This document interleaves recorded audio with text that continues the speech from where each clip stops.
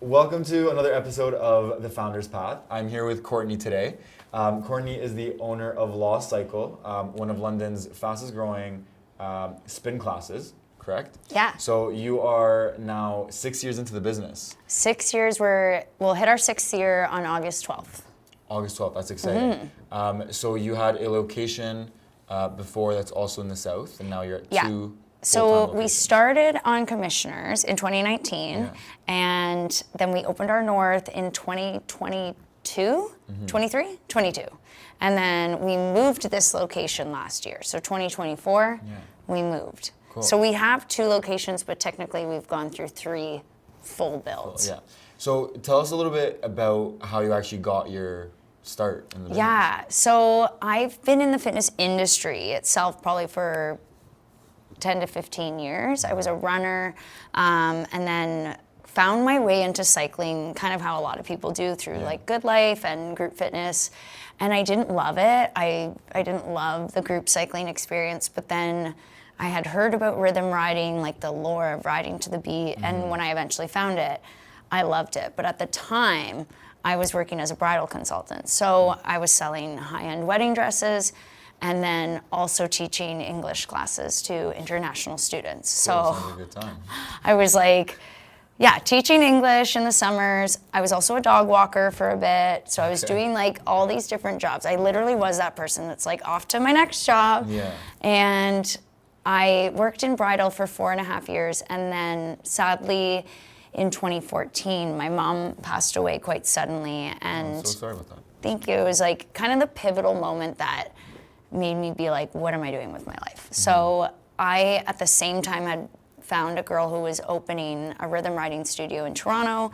I like weaseled my way in there, kind of like fibbed my experience a little bit, but I knew I could figure it out. And then I worked with her to open Spoke House and was there for about 3.5 years and was like, maybe I could do this at home in London. So then it was bringing the concept of rhythm riding to London where it had not been done yet. Cool. So you talked about like that being obviously a pivotal moment for you in your life. So in the 6 years that you've been in business so far, what would you say is a pivotal moment throughout that journey, throughout the 6 years, that has gotten you to where you are right now? I mean, COVID was a big one. I feel like most people can't not talk about COVID when it's part of their business journey. I think COVID for me was very much like, this is gonna sink or swim kind of thing. It was so close to bankruptcy that to now be on the other side of this many days still feels like a little insane. But COVID was a big moment of like, this isn't gonna be easy. Like this could actually fail. So I would say COVID, and then doing our builds and realizing like how much financially that was putting into the business. Again, it's like that trust of like, we've only been open for a couple of years. Now I want to do a second studio, which is going to cost me this much money. Like, I have to believe in this brand and these people running it, that this is going to pay off. And so far it has. That's amazing. So obviously as a financial planner, financial conversations are a big thing for us. And I think as a business owner, you probably have heard about this like misconception that being a business owner is very rainbows and sunshine kind of vibe when it comes to finances, right? So you kind of touched on the financial struggle that you went through. So tell us a little about that and mainly how you overcame it and kind of what you did to pivot a little bit. So we had to take the loan that was, I think the SEBA loan. I always forget. There was 2 different names for 2 different loans. But we did take the loan like many businesses, and we knew that we had like a short timeline to pay it back. So it did become like, for many businesses during COVID, like, what are we doing with this money? And for many businesses, it was like surviving, paying rent. So for us, it was that too. The risk I took was I invested some of the loan into buying more bikes, which at the time was like a little risky. We didn't know when, closures were going to be lifted, when we could actually operate. But I wanted to have that lined up for whenever.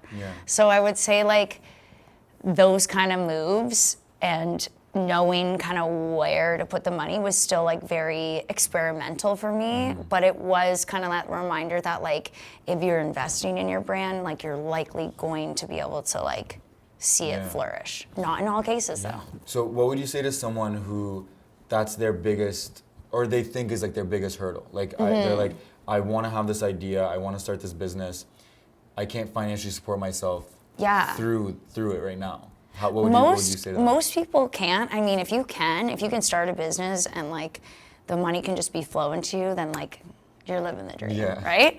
But I think there's an element of needing to suffer a little that helps you learn about your business and where you're going to make it grow, because there's a element of like, I have to figure this out. Yeah. The roof over my head depends on it. So I would say, for people that are feeling daunted by like looking at their numbers and being like, I could never afford this, it's like taking that a step further. It's like, but could you if you had $50K to help you get this started? So I think it's important for people to look at the big picture, but then also see that there are things like the Libro small business loan where you could get support if you can get your details. Yeah, that makes sense.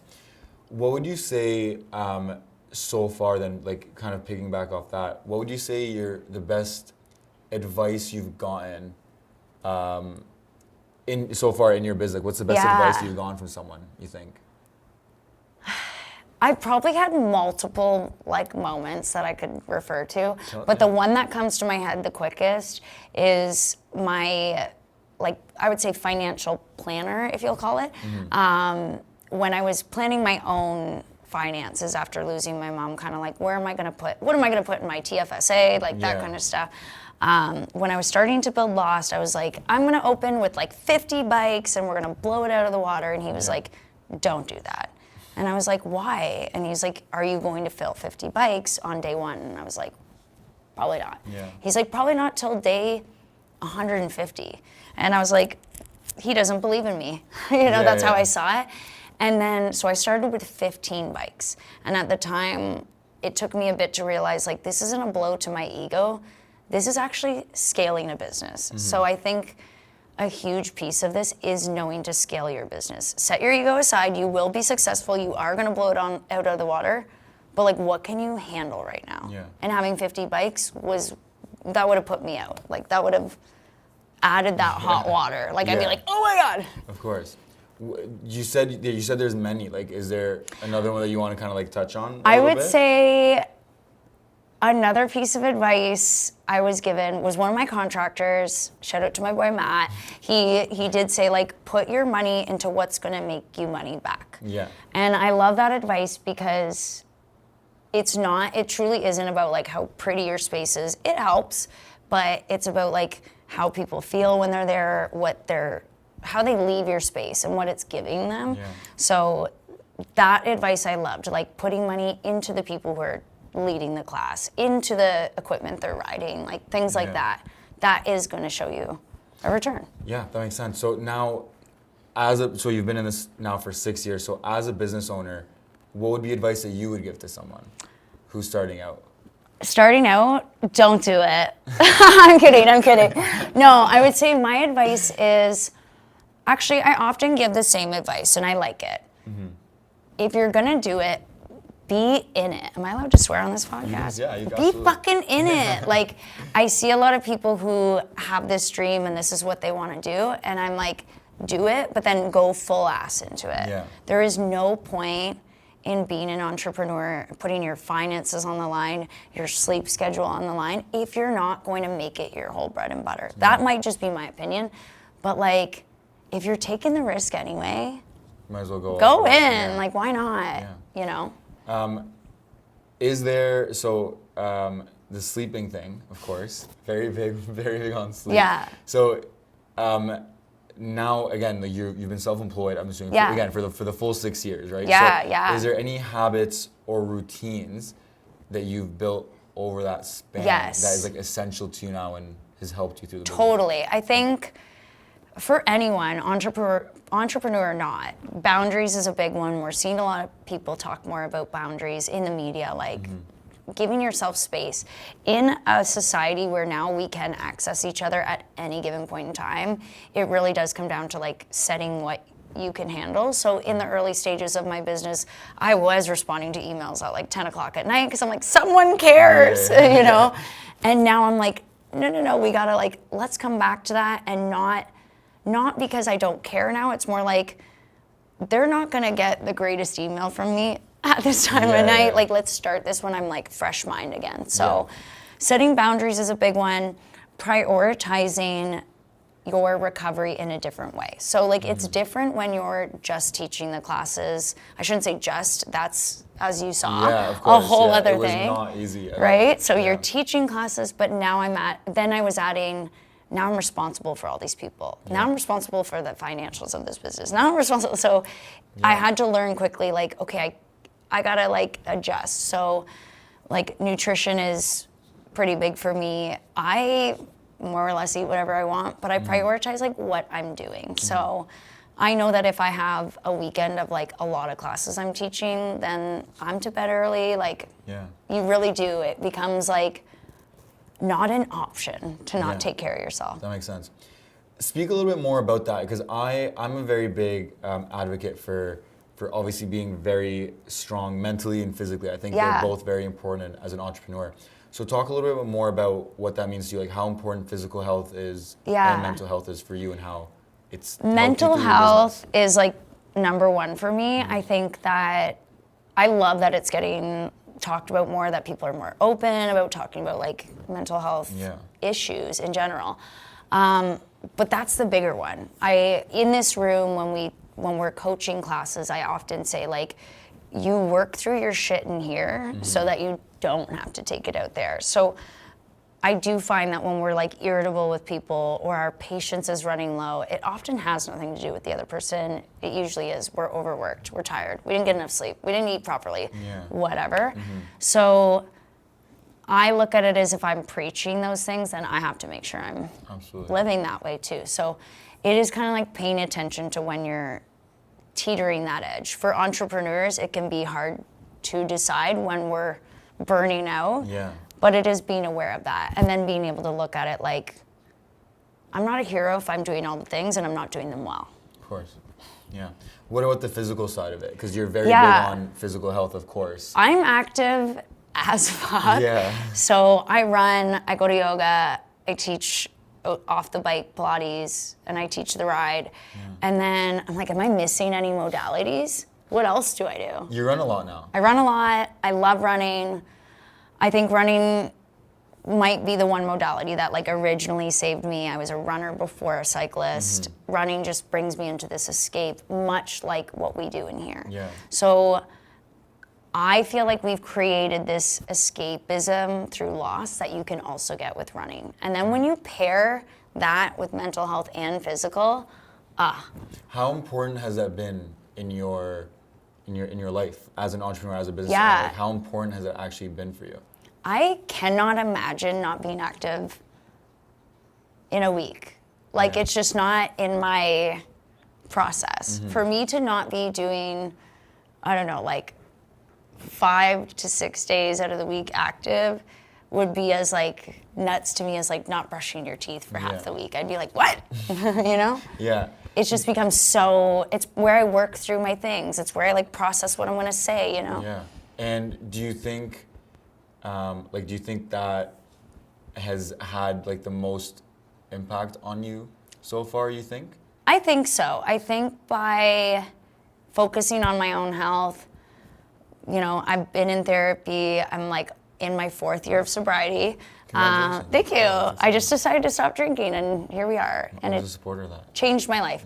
So I think practicing these things, living through them, it's also then supporting my ability to be like, no, you could do this, and it actually is really going to help you. And I've done it.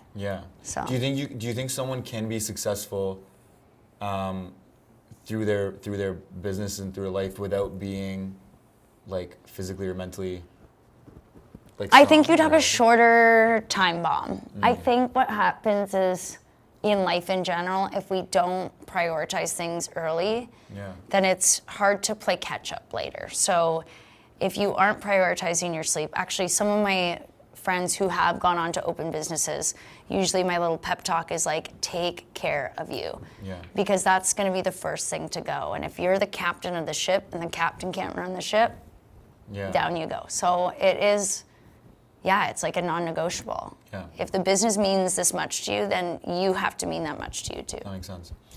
How do you find yourself dealing with competition nowadays? So you're in a world where obviously like spin classes are going to be your main competition, but do you find other just like fitness places in general are also competition, or? I think like it's one, we're the best. Of course, yes. I had to say that because that's also just me. Yeah. But no, there's a lot of amazing fitness in London. Like I love it. I visit a lot of them. I go to Movement. I haven't been at F45 in a minute, but I'm gonna be back. Yeah. And then like, and asana yoga. Like we all kind of visit each other because it's so needed to help each other. I think competition is a mindset. I think my reference is usually like, there are so many pizza places in every city, and they all survive. So why the hell can't fitness? You know, me running spin classes here is never going to take away from people being able to lift in the North End. So I think it's just, my goal has always been to like pair up with more owners, and we are doing that. We did a Try London event where like we went to 3 different studios, and like it was a package deal. And I think it's good for people to see that like, while it's competitive in the nature for clients to choose where they want to spend their money, we're all chilling, you know? You get the variety. You could even do F45 for half the year, Lost for half the year, or split it up, do them all, you know? What about other spin classes? Like how do you and I only ask because again, we're in a world where there's a lot of businesses that are just that are the same in the world, because it's just people usually naturally do things that are working. Yes. So the reason I asked that is how do you handle like that? Someone coming in, like trying to run classes. Yeah, like differentiating yourself, I guess, from those other spin classes. I mean, I don't want to reveal all our secrets, but I do feel that where a lot of companies miss the mark is they put their efforts into like a nice space, Instagram, cute reels of people having fun, but the actual like experience doesn't align. So I see in that term sometimes businesses will kind of like, I don't know, scoff at Lost, because we do have like paint chipping and stuff, and like dust on things, and a bike that might be missing a cup holder. But our classes are fucking sick, dude. Like we know what we're doing. We take care of our clients. The heart is there. My team has so much heart, and I think that that's like something that people could adopt. You don't have to waste your money putting in like lights and cool stuff. You just have to make sure that people who are there care about it. That makes a lot of sense. Have you had someone or multiple people in your experience so far help mentor you through your journey? Because a little bit. I think mentorship is usually kind of like a people don't want to spend the money on mentors, but then a lot of people are like, no, it's 100% worth it. So have you had someone that you lean on? Have you ever paid for a mentor? Have you ever done anything like that? I would say like my mentor right now is more like, I'm more of a mentor to like new owners, which I love. I'm still kind of like, but who's helping me? But one of my old coworkers, my training manager, Shannon, she was with me from day one. So her and I have like kind of built this together. She was always kind of like my person, like, what do you think about this? Should we do this? So while she isn't, I guess, like, if you think mentor, you're like, this person's already done this and now they're guiding me. We're on the same level, but we've like been able to spit ideas off each other. And she helps guide me based on knowing where I want to go, what I see, what's realistic, things like that. And how big of an impact do you think that's had? So much. Years? She is my like heart and soul. Like I still go to her. I was talking to her this morning about like, you know, this is where I think I want to go. This is what we're doing. And I think you need someone. I don't think a mentor necessarily has to be someone that like has done everything you're trying to do, but someone that can at least see where you want to go and think like you. And that makes sense. A lot of people use other forms of mentorship through books and podcasts and audibles and stuff like that. So is there a book that you have read that has really impacted your journey in business? Yes, my reading game right now is on point, but check back next year, it might not be. So I listen to a lot of audiobooks when I'm running. It's a great way to like kill two birds with one stone. But the most recent book I read that I loved was Buy Back Your Time by Dan Martell. And that was all about like prioritizing I was like, you got your moment. Yeah, it's a great book, entrepreneur or not. Like, again, it's more about like, where could you be delegating your time? So with entrepreneurship, it does get to a point where it's like, it doesn't matter that you're good at all these things. Eventually, you just can't do all of them. So like, what would, if you took this off your plate, what would you now be able to do? So I loved that kind of concept of like, buy back your time. Yeah, exactly. It allows for more growth. Yeah. What do you think, like, what's the plan? Like, what's the plan in the sense of obviously like not in detail, but like what's your vision moving forward with the business? Future? Yeah.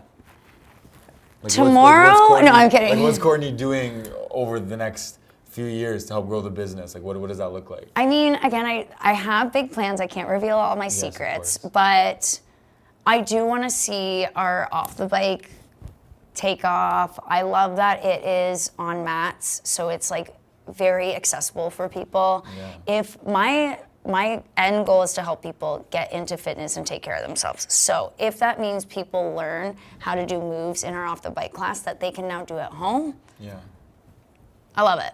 So I think I could see myself heading into realms of like, how do we get more people into fitness? Yeah. How do we make more of this accessible to people? It's kind of where I want to go.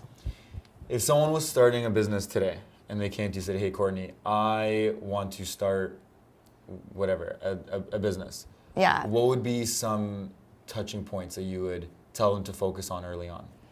I would say be so clear on your why. Like, what is this for? What is the goal of whatever you're doing?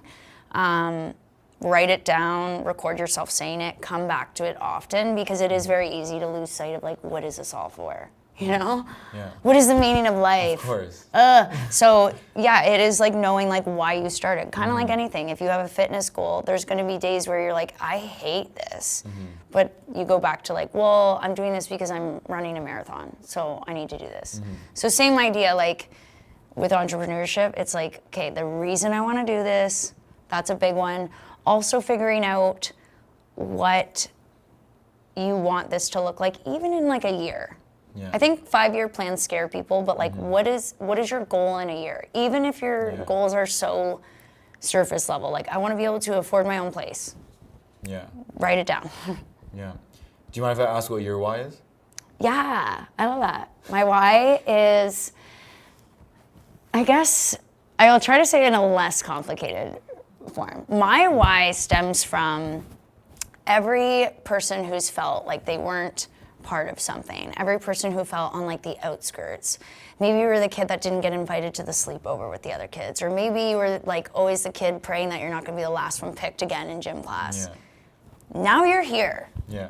And you matter, and you have a place, and you can be an athlete, and it's all a mentality, and that speaks to my soul. It does not matter if you're working out in your 10-year-old Nike gym clothes that you've had your whole life, because the shorts I'm wearing are probably 10 years old. Yeah.